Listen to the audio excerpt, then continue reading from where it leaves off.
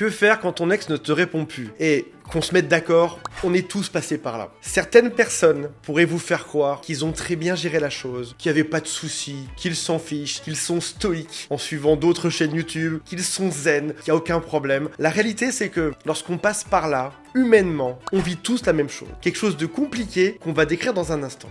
Si ton ex ne répond plus, tu seras pas très bien, mais derrière, il y a cette possibilité. Il y a 7 profils psychologiques différents. Et mon objectif dans cette vidéo, c'est que tu découvres dans quelle situation tu es pour pouvoir envoyer exactement le bon message et pour pouvoir débloquer cette situation. Avant d'aller plus loin, si vous le souhaitez, abonnez-vous à cette chaîne. Il y a aussi un quiz en dessous qui s'appelle « Quelles sont mes chances de récupérer mon ex ?» À la fin du quiz, il y a des cadeaux. Vous pouvez aussi contacter mon équipe.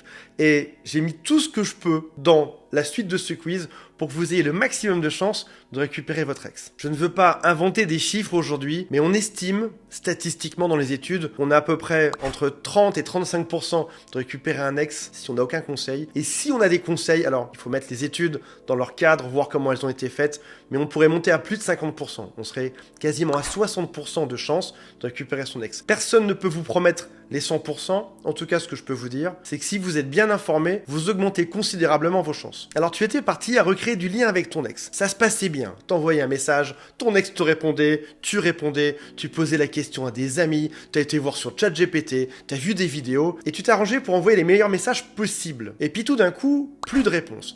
Alors au début, tu te dis, pas de souci, mon ex est sûrement occupé, si je réfléchis bien, on est vendredi, ou on est lundi soir, et je sais qu'en général mon ex fait ci et fait ça. Mon ex va répondre plus tard. Tu prends ton téléphone, tu le poses juste à côté de toi, sur la table en te disant, je vais même pas le regarder, il sera juste posé là. Et puis au bout de quelques heures, commence l'angoisse. J'ai peut-être pas envoyé exactement le bon message. J'ai peut-être fait un truc de travers. Donc tu passes par une étape qui est très confiante au début, c'est bon, reprends du lien, l'angoisse, la suite logique à ça, c'est de la honte. Tu relis ton message et tu te dis, j'aurais pas dû dire ça. J'aurais dû formuler ma phrase différemment. Ou j'aurais même dû ne rien envoyer pour créer du manque, pour suivre ce que dit Pétavin sur internet et pour faire un silence radio, je me suis ridiculisé. L'étape logique qui va suivre la honte, c'est la colère. Mais je comprends pas. Humainement, après tout le temps qu'on a passé ensemble, on a failli se marier, on tenait beaucoup l'un à l'autre, après tout ce qu'on a vécu, mon ex pourrait au moins me répondre oui ou non, ou me dire je suis occupé. C'est illogique. Quand j'envoie des SMS à mes amis, ils me répondent en 3 secondes, alors que cette personne avec qui j'étais intime n'est même pas fichue aujourd'hui de me répondre. Et parfois même, la suite de ça, c'est de se rabaisser, de perdre confiance en soi. De se dire finalement, je vaux peut-être pas tant que ça. Je vais rester célibataire toute ma vie, je serai mangé par mes chats, et ça va s'arrêter là. Alors, stop. Avant d'envoyer un pavé gigantesque ou de partir en bouderie pendant 6 mois, on va regarder ce qui se passe chez ton ex. Et il y a 7 scénarios possibles, et je vais te donner même à la fin les phrases pour s'en sortir. Il lit le message et ça lui fait quelque chose. Pour être passé par là également, parfois des ex m'envoient des messages, des fois j'ai pas répondu, non pas parce que je ne voulais pas répondre, mais parce que ça me créait un sentiment mixte. D'un côté, l'envie de répondre, d'y retourner, d'être positif, d'un autre côté, un doute. Et si je reviens, est-ce qu'il n'y aura pas des faux espoirs qui seront envoyés ? Est-ce qu'on est vraiment fait pour être ensemble? Et puis c'est pas le bon moment et j'y repenserai dans un jour ou deux. Ne pas recevoir de réponse n'est pas forcément négatif. La preuve en est que, au bout de 2-3 messages, en quelques mois, on a fini par se remettre ensemble. Mais j'ai pas répondu aux 2 premiers qui ont été envoyés le premier mois, puis le deuxième mois, j'y ai pas répondu. Et la 3e fois, j'étais prêt, c'était le bon moment. Donc comprends bien que chez ton ex aujourd'hui, il y a peut-être un mélange de nostalgie, de culpabilité, de peur, de doute, d'hésitation, de pas vouloir te faire du mal, de pas savoir où est-ce qu'il en est. Et donc, il se dit peut-être, si jamais je réponds, je vais réouvrir une porte. Parce que ce genre de message, ce genre de discussion va souvent vers la réouverture. Au début, on se reparle timidement après la rupture, et puis on redevient intime, on retrouve de la complicité, et il y a un moment où ça bloque. Si on continue plus loin, on sait exactement où ça va aller. On va se remettre ensemble. Et là, il peut y avoir un doute. Voici un exemple très concret. T'envoies le classique « J'ai pensé à toi en passant devant ce resto. J'ai pensé à toi en voyant ce film au cinéma. J'ai pensé à toi en parlant à telle personne. » Ton ex sourit peut-être, repose le téléphone et se dit « Si jamais je réponds, on va peut-être repartir dans une relation qui n'est pas encore prête aujourd'hui. » Du coup, si t'as pas de réponse aujourd'hui, c'est pas de la méchanceté, c'est pas de l'ambivalence, c'est pas contre toi, c'est juste que parfois, l'être humain n'est pas prêt. Ta vitesse émotionnelle, ta vitesse de réflexion, ta vitesse de couple, est forcément différente de la vitesse de l'autre. Comme imagine une course de petite voiture, t'es peut-être juste plus en avance. Et peut-être que ton ex a besoin de quelques jours ou quelques semaines en plus pour arriver au même point que toi. Je te montre comment répondre à ça dans quelques instants. Ça, c'est toi qui sais. T'as peut-être fait une erreur gigantesque dernièrement. Laquelle? Est-ce la pire? De coucher avec sa sœur? Est-ce que c'est de dire la mauvaise phrase? Est-ce que c'est de pas avoir tenu une promesse? Est-ce que c'est un petit mensonge? Qu'importe. Est-ce que c'est juste aussi peut-être une dispute? Il y a peut-être encore aujourd'hui des rancœurs, des reproches. Et parfois, on met un temps à se calmer. Et on parlait de vitesse émotionnelle. Peut-être que toi, t'es calmé, t'es prêt. Peut-être que l'autre, pas encore. Parce qu'on n'a pas le même cerveau, parce qu'on n'a pas la même vie, parce qu'on n'a pas la même enfance, parce qu'on n'a pas les mêmes expériences de vie. On n'avance pas tous à la même vitesse pour résoudre une colère en soi. Le silence est un mélange de punition pour toi. Tu n'aurais pas dû faire ça. Je vais te montrer un peu que ça m'a blessé, mais aussi que l'autre, bêtement, n'arrive pas à se calmer. Et dans ce cas-là, son silence, c'est « tu ne mérites pas ma réponse » tant que tu n'auras pas compris la leçon.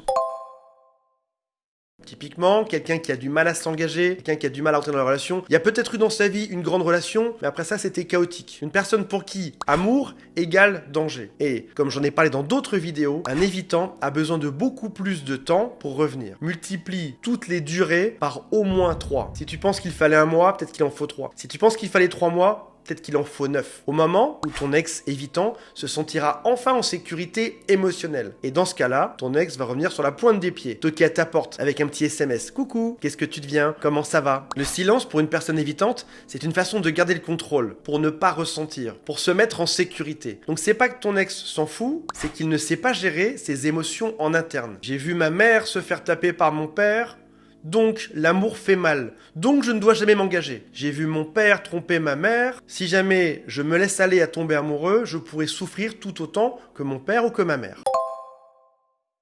Ton ex manipule. Ton ex aime bien le pouvoir. Ton ex aime bien le contrôle, la manipulation. Il sait très bien que tu es en train d'attendre. Elle le sait. Et tu as eu des exemples dans d'autres domaines. Tu es plutôt sur un ex qui est dominant, qui aime bien s'imposer. Et tu as peut-être remis en question certaines choses. Ou tu as peut-être pas accepté son autorité ou sa domination. Et dans ce cas-là, il sait que ça te fait souffrir. Ça peut être typiquement un pervers narcissique, mais même sans être pervers narcissique, ça peut être juste quelqu'un qui domine, qui manipule et qui veut que t'aies mal. Exemple très concret, t'envoies un message à 21h, à 21h02, t'as un vu, mais t'as surtout pas de réponse. Et très tardivement, à minuit, ton ex va revenir. Désolé, j'étais occupé. Comment ça va toi? Ceci est un test, c'est jusqu'où tu vas courir après moi. Jusqu'où je vais pouvoir te faire souffrir. Au passage, hors pervers narcissique, hors profil très compliqué. On trouve ce genre de profil de manière très fréquente. Une personne qui te fait souffrir et qui va tester tes limites est souvent, bizarrement, une personne qui a peur d'être abandonnée. Je dis pas ça pour excuser la manipulation ni la domination, surtout pas. Juste que tu comprennes la logique. Parce que cette personne a peur, parce qu'il y a cette blessure d'enfance, elle va venir compenser sa blessure par un ego, par un masque, par un faux self de quelqu'un qui domine, qui manipule. Parce que je sais que tu me courras après, parce que je sais que tu souffres, alors je m'assure que tu resteras près de moi toute ma vie. Mais cette personne n'a pas résolu son trauma interne, elle l'a juste maquillé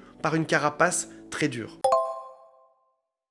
C'est compliqué de dire j'ai rencontré quelqu'un, quand on a passé du temps ensemble, quand on a été très intime, quand on avait des projets ensemble. C'est très dur à dire. Surtout si ton ex est passé vite à quelque chose d'autre. À noter que dans la plupart des cas, un ex qui passe vite à autre chose, c'est pas forcément très bon signe. C'est soit une relation rebond, soit quelqu'un qui n'a jamais réussi à s'intégrer vraiment au couple, à ses émotions. Ça peut être aussi un évitant au passage. Alors par lâcheté, cet ex va ignorer tes messages, va faire comme s'il les avait pas vus, en laissant mourir la conversation, en se disant si je ne réponds pas, mon ex finira par m'oublier, je n'aurai pas le mauvais rôle, je n'aurai pas le rôle du vilain là-dedans. Et alors si je mixte scénario 5 et 4, que cette personne a tourné la page et qu'en plus elle est manipulatrice, t'envoie un petit message, ça te dirait qu'on prenne un café, et ton ex va montrer ce message à son nouveau partenaire disant « Je suis tellement bien que regarde, mon ex me court après ».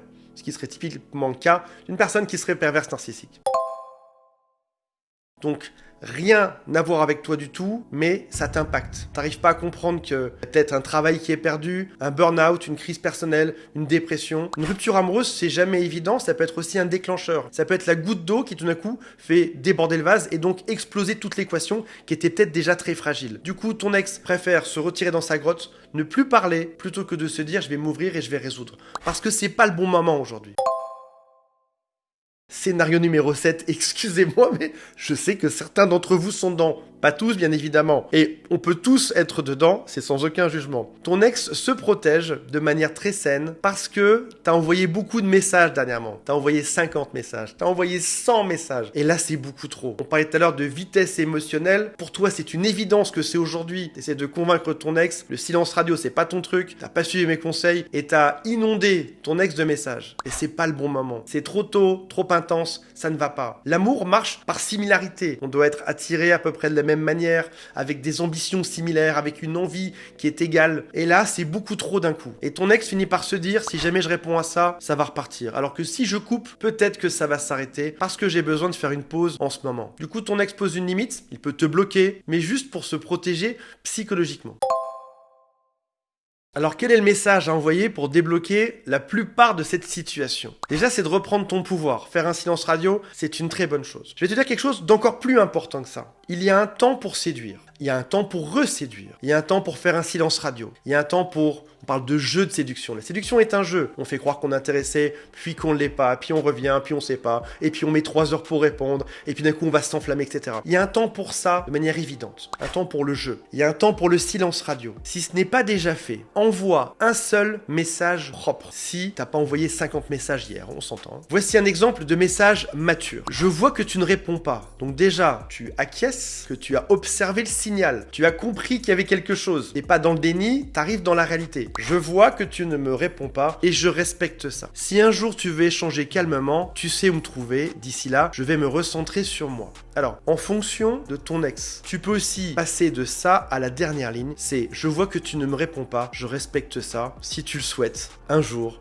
je serai dispo pour qu'on en parle ensemble avec grand plaisir. Montrer que tu comprends et que tu es disponible pour parler. Je te laisse mélanger ces phrases qui sont un peu dans le désordre, refaire ton style, ne pas recopier exactement ce que je mets parce qu'après ça, quand elles ont mis sur internet, ton ex peut dire oui, bah t'as juste été voir cette vidéo et c'est pour ça que j'ai ce message là. Écris-le de manière mature avec ton style. Tu montres que ça va très bien et qu'il n'y a pas de mauvais sentiments vis-à-vis de ton ex. Tu ne lui en veux pas. Tu vois qu'il y a un silence et ça te va. Si ton ex veut parler, ça t'ira très bien, sans reproche, sans supplication, dans un cadre qui est clair. Et ensuite, la deuxième étape qui est tout simple, c'est que tu coupes le robinet. T'arrêtes d'abreuver ton ex de messages directs, mais t'arrêtes aussi les messages indirects. Aller voir ses parents, parler à ses amis, fréquenter les mêmes lieux. Tu coupes tout. Le signal quand on ne te répond pas, c'est je ne veux pas te voir. Et dis-toi la chose suivante, si mon ex voulait vraiment me parler, mon ex le ferait. Maintenant, mon silence, c'est ma dignité parce que je vais repasser en silence radio. Mystère et séduction sont les deux faces d'une même pièce. Le silence radio recrée du mystère, ça recrée du manque et donc ça va venir recréer de la séduction. Voilà mes amis. Je vous rappelle qu'il y a en dessous un quiz qui s'appelle Quelles sont mes chances de récupérer mon ex,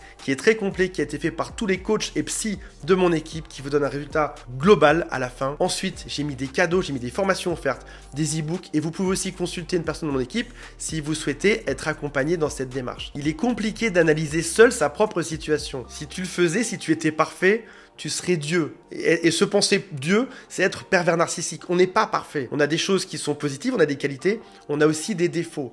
Là, l'idée, c'est éventuellement d'appeler un expert de mon équipe, d'avoir un miroir, de comprendre ce qui se passe, de voir l'angle mort, de comprendre les choses qu'on n'a pas pu comprendre avant pour progresser et aussi pour augmenter ses chances de reconquête. J'espère que cette vidéo vous a intéressé. On se retrouve prochainement. Salut à tous. Bye.